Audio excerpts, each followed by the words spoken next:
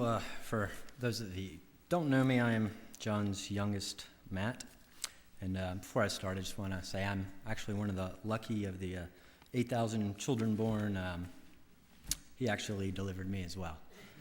So I'm in that number. Most people know my father as a friend, a doctor, and a mentor, a leader in the community, and a leader in the healthcare for all of his patients. My brother and I know him in a very different and special title, and that's Dad. Most sons try to equal or surpass their father or live in their father's shadows. I never felt I had to do either. Rather, I chose to sit and view my father. I learned at a very young age I didn't need to be as great as he is and was. My father helped me realize this.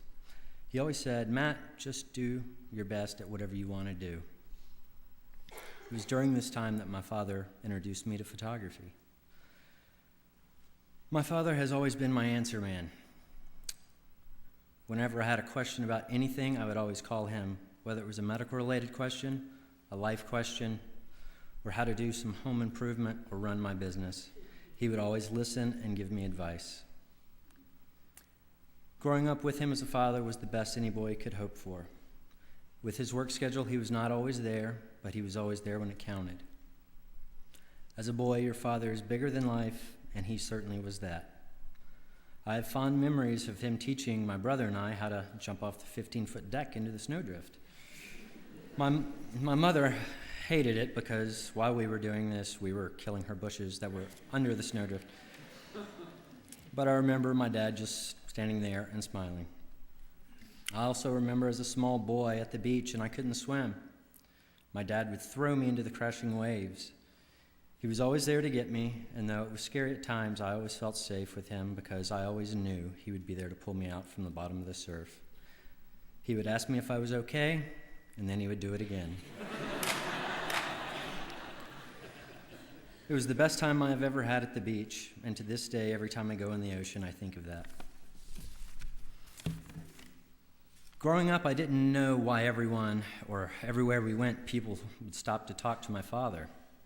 It didn't matter if we were at a restaurant or a hardware store, people would always want to talk to him. People always wanted to shake his hand and tell him stories. As a young boy, this was very confusing and aggravating at times, because to me, he was just my dad. I never understood what the big deal was. People would tell him how great he is, and on and on.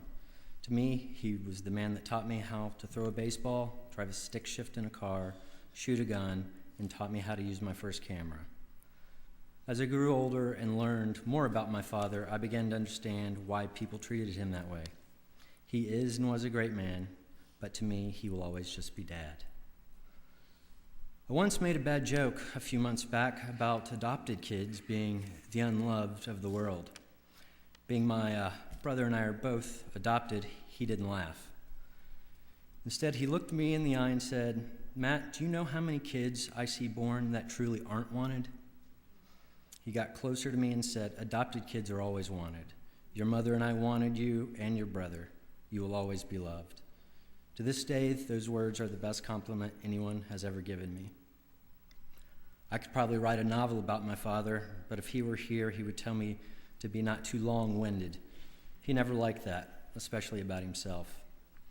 So I will keep it short and just say, "Pop, I love you, and I always have. I will be fine in life because of your teachings. Don't worry, rest well. I have no worries in my heart, and to quote you, I can't complain. Love your son, Matt."